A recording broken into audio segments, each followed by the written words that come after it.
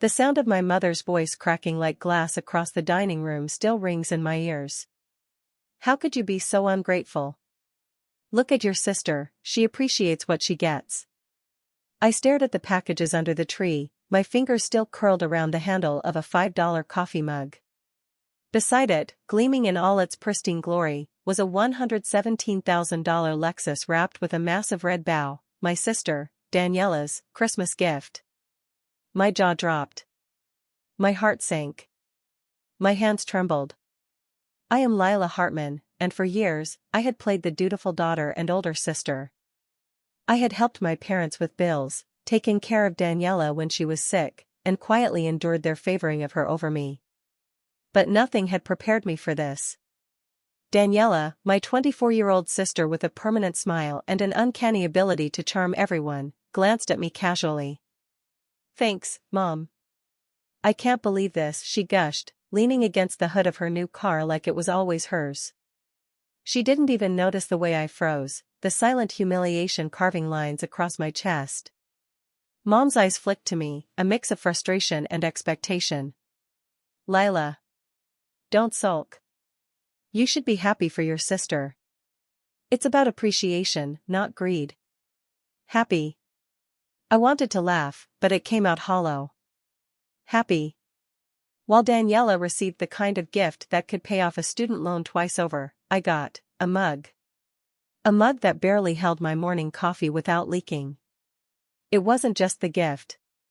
It was the pattern. For as long as I could remember, everything about Daniela had been amplified, her accomplishments celebrated, her missteps forgiven. And I had been the responsible one, the one expected to quietly endure and smile, even when my efforts went unnoticed. But that morning, standing in the middle of our sparkling, chaotic living room, something inside me shifted. The small, nagging frustrations of years coalesced into a single, burning thought: enough. Daniela didn't know the secret glances I had noticed, the whispered comments she made to Mom about how fortunate she was compared to me. Mom didn't know the countless hours I had spent supporting both of them while never receiving recognition. And today, the mug was the tipping point, the final straw that revealed just how skewed this family's hierarchy really was. I clenched my fists around the tiny ceramic mug, my knuckles whitening, and whispered under my breath. "They think this small thing will humiliate me. They have no idea what's coming." And just like that, a quiet, simmering plan began to form in my mind.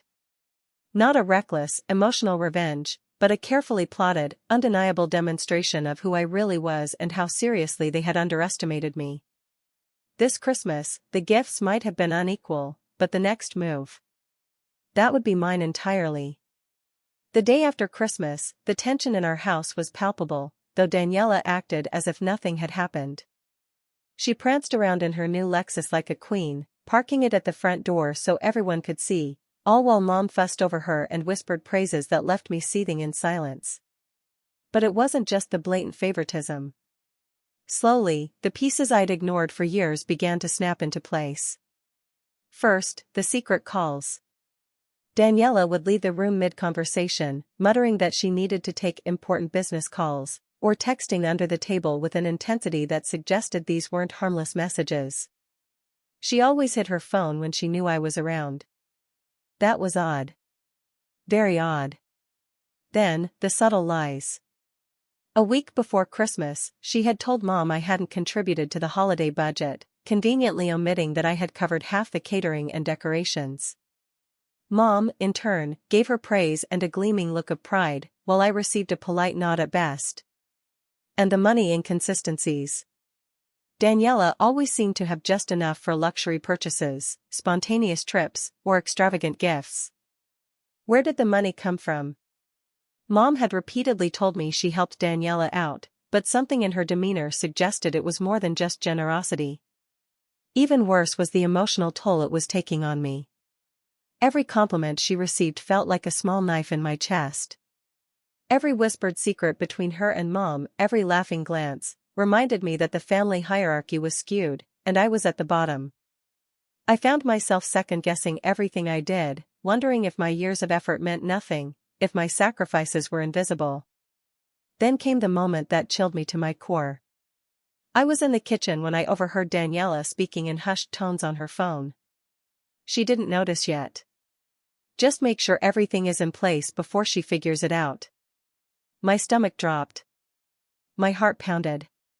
What did she mean by everything in place? And why was she so sure I wouldn't see through it? I realized in that instant that the gifts, the praise, even Mom's outrage at my lack of appreciation were all part of a bigger pattern, a pattern I hadn't fully grasped until now. Daniela wasn't just favored, she was manipulating the system, and everyone else was complicit, or too blind to notice. Sitting alone later that night, holding my $5 mug and staring at the gleaming Lexus in the driveway, I felt a mixture of anger, hurt, and determination. The humiliation stung, but it also lit a fire inside me. I whispered to myself, the words steady despite my racing heart. They think they've humiliated me. They've underestimated me, and that will be their biggest mistake. I was done being ignored. Done being second best. And the quiet, simmering plan that had begun on Christmas morning was now a full-fledged determination to expose the truth and reclaim my power. I should have known something was off the moment I saw the Lexus keys tucked into Daniela's purse with such care. But the truth, when it finally hit me, was a punch to the gut. It started with a casual look through Mom's office, where she kept the family's important documents. I hadn't meant to snoop, not really, but the files were open on the desk, and my eyes fell on a folder labeled, Christmas Gifts and Trust Disbursements. Inside were bank statements, wire transfers, and receipts, all clearly favoring Daniela. Not only had she received the Lexus, but she had also been gifted substantial cash bonuses from the family trust, large amounts that should have been shared equally or at least acknowledged for me. Every expense for her luxury purchases was accounted for, every gift to me. A fraction. A tiny, insulting fraction. My hands trembled. My heart raced. The betrayal wasn't just favoritism or thoughtlessness, it was intentional, orchestrated, and cruel.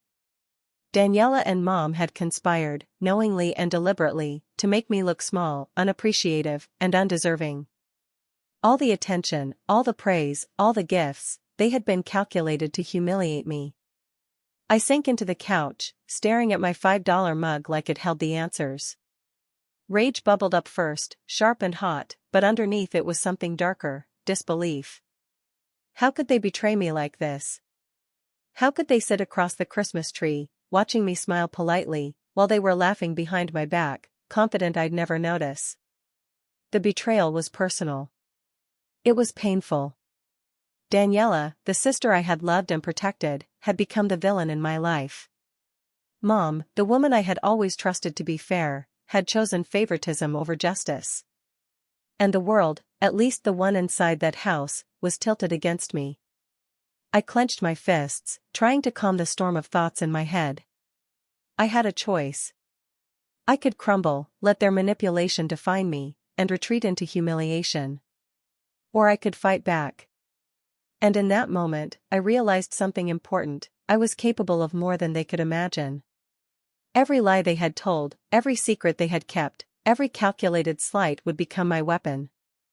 I wasn't going to act recklessly, this would be precise, methodical, undeniable. I whispered to myself, voice low but unwavering. They think they've won. They think I'm broken. But this is only the beginning. And when I strike, they'll wish they'd never underestimated me. The fire was no longer just anger, it was strategy. And as the snow settled outside that night, I knew exactly what my next move would be. The next morning, I woke up with a strange clarity. For weeks, I had been simmering in hurt, frustration, and disbelief.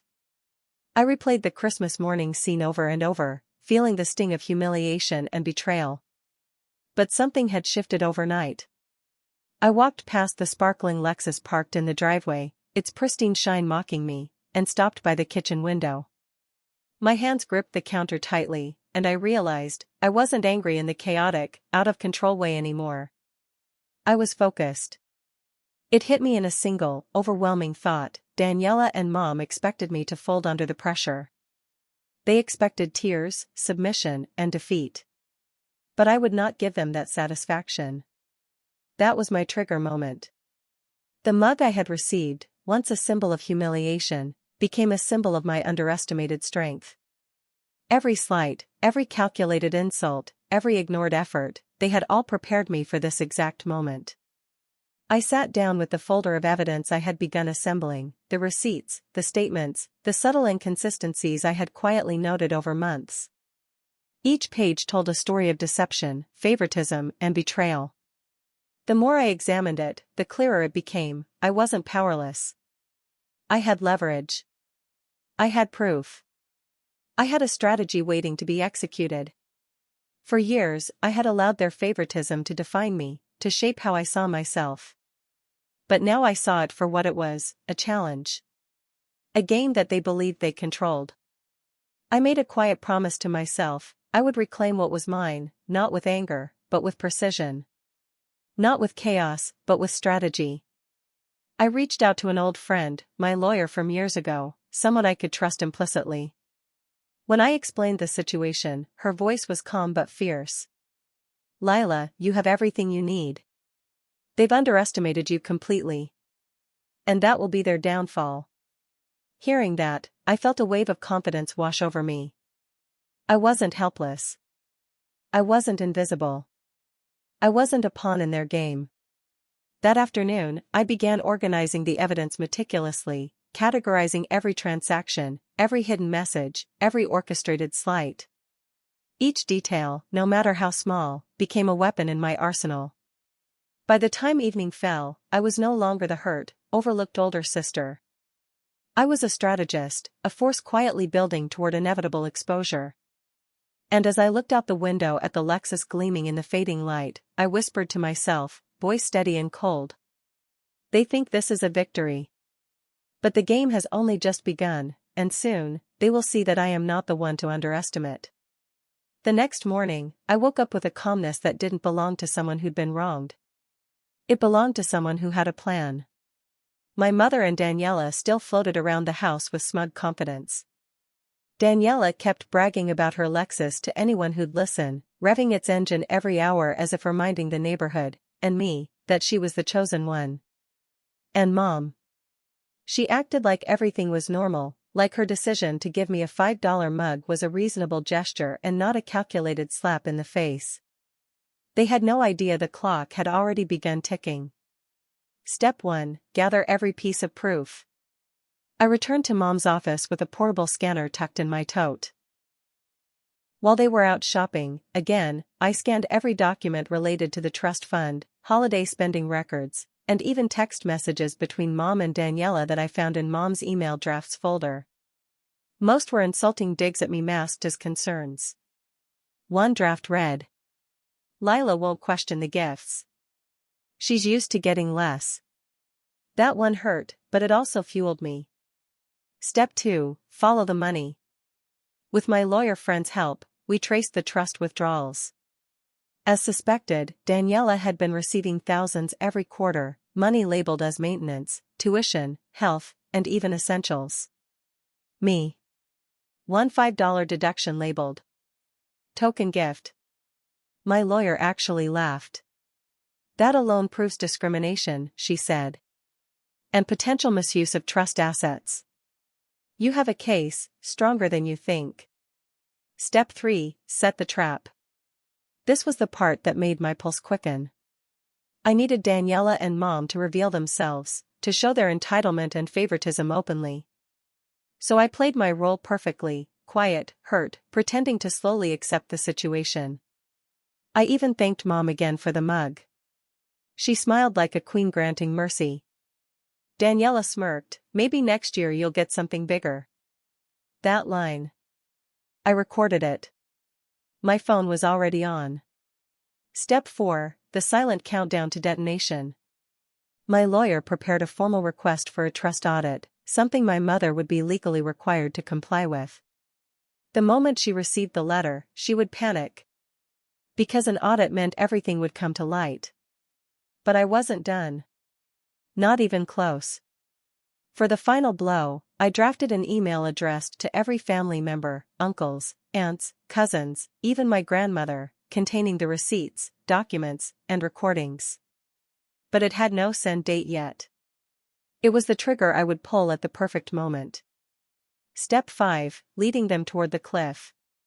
At dinner that night, Daniela bragged loudly about the Lexus again, and Mom chimed in with a fake sweet smile. Some people simply appreciate things more. I just nodded. Let them enjoy their last few moments of power. Because the storm was coming. And I would be the one steering it. The day of reckoning didn't arrive quietly.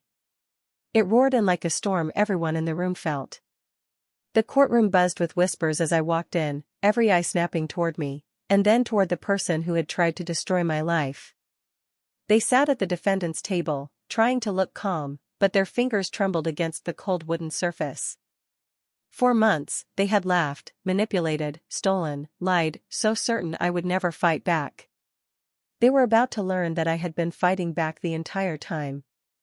I took my seat beside my lawyer, sliding a thin black folder across the table.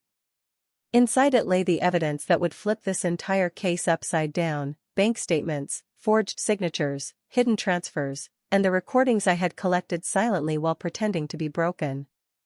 Their eyes widened the moment they recognized one of the documents. A single bead of sweat rolled down their temple. Perfect. The judge entered, the room rose, and the tension thickened like fog. Questions began, objections flew, and the air crackled with the weight of truth pushing its way to the surface. Then came the moment I had been waiting for. My lawyer stood. "Your Honor," he said, voice steady, "the defense has portrayed my client as reckless, unstable, and dishonest. But that story collapses today." He lifted the black folder. "We'd like to submit new evidence." The courtroom leaned forward. My betrayer's face drained of color. The judge examined the first document. His brow lifted sharply. "This contradicts the defendant's sworn statements." Gasps rippled through the room.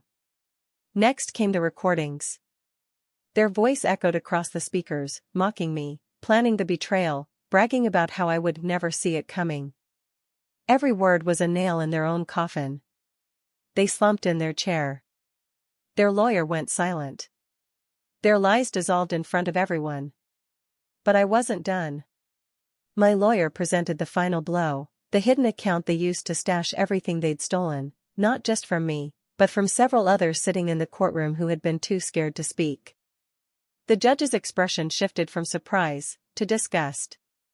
"Order," he thundered, though the room was already frozen. He turned to them. "You manipulated, stole, falsified, and used this court to continue your deception. Today, that ends." The verdict came down like a guillotine. Guilty.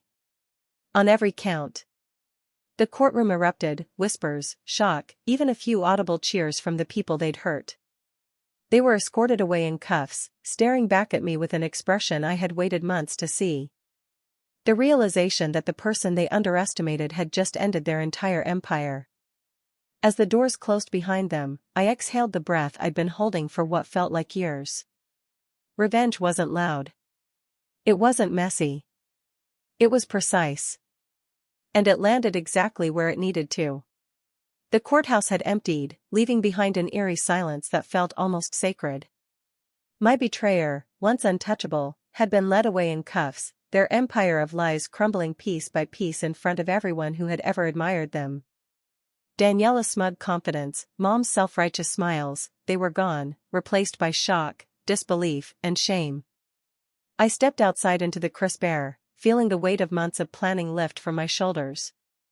The Lexus, which had symbolized their favoritism and arrogance, now felt irrelevant. It wasn't about the car, the money, or the humiliation anymore. It was about reclaiming my power and proving to myself that I would never be underestimated again. Family members whispered congratulations, some with apology, some with admiration. Friends offered nods of respect. Strangers even stopped to compliment the calm confidence radiating from me. But I didn't gloat. I didn't need to. Justice had spoken for me. Back at home, the house felt lighter. Peace had returned, not because the betrayal had ended, but because I had taken control. The anger and humiliation had transformed into strength, strategy, and clarity. I wasn't just the older sister who had been overlooked, I was the one who had orchestrated the downfall of someone who thought they could walk over me. Sitting down with my mug, now a symbol of triumph rather than insult, I thought about how close I had come to letting their manipulation define me. But I didn't. I had turned the tables. I had waited. I had been patient. And in the end, the truth had emerged in a way that was undeniable. Sparkle's goosebump poetic justice line. Those who build their kingdom on lies will one day find their empire shattered by the very truth they tried to hide, and the quiet ones they dismissed will be the ones standing victorious. Movie camera message to viewers. Have you ever been betrayed by someone you trusted completely? Felt powerless while they manipulated the truth and everyone around you? Share your story in the comments below. Sometimes, the bravest act is rising above the pain and reclaiming your strength. If you want more stories of cunning, resilience, and poetic justice, like, subscribe, and hit the bell, because every hero has a breaking point, and every betrayer eventually learns that their own lies can become their undoing.